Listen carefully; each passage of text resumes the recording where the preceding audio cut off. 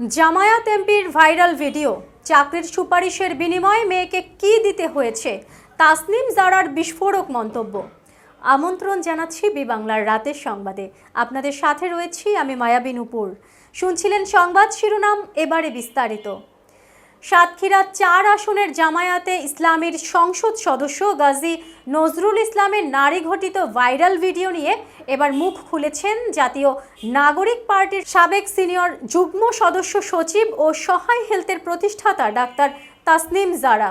সামাজিক যোগাযোগ মাধ্যম ফেসবুকে দেওয়া এক দীর্ঘ পোস্টে তিনি বিষয়টির নিরপেক্ষ তদন্তের দাবি জানিয়েছেন এবং ক্ষমতার অপব্যবহারের সম্ভাবনা নিয়ে প্রশ্ন তুলেছেন। বুধবার ২২ জুলাই নিজের ভেরিফাইড ফেসবুক আইডিতে দেওয়া ওই পোস্টে তাসনিম জারা লেখেন, সিভি অনুযায়ী তার বয়স মাত্র ১৮ বছর। এসএসসি শেষ হওয়া মাত্রই যেহেতু চাকরি খুঁজছেন, তাই অনুমান করা যায় বাড়িতে অভাব।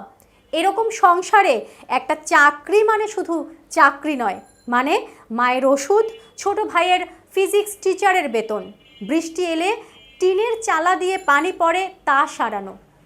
তা আমাদের চাই যে আমাদের মেয়েদের জন্য সতর বা তাদের শরীরটা বাইরে না বের হয়। এদেশে গরিবের চাকরি হয় কিভাবে?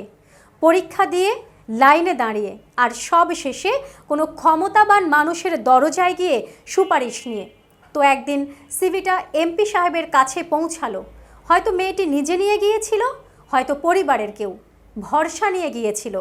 যেভাবে গরিব মানুষ ক্ষমতাবানদের দ্বারস্থ হয়। সিভিতে সই পড়ল, জোর সুপারিশ করা হলো, কিন্তু সুপারিশের দাম হিসেবে মেয়েটিকে কি দিতে হয়েছে আমরা জানি না। আর এই জানি নাটাই আসল কথা, কারণ যে সম্ভাবনাটা এখন আমাদের সামনে সেটা কোনো সাধারণ কেলেঙ্কারি না।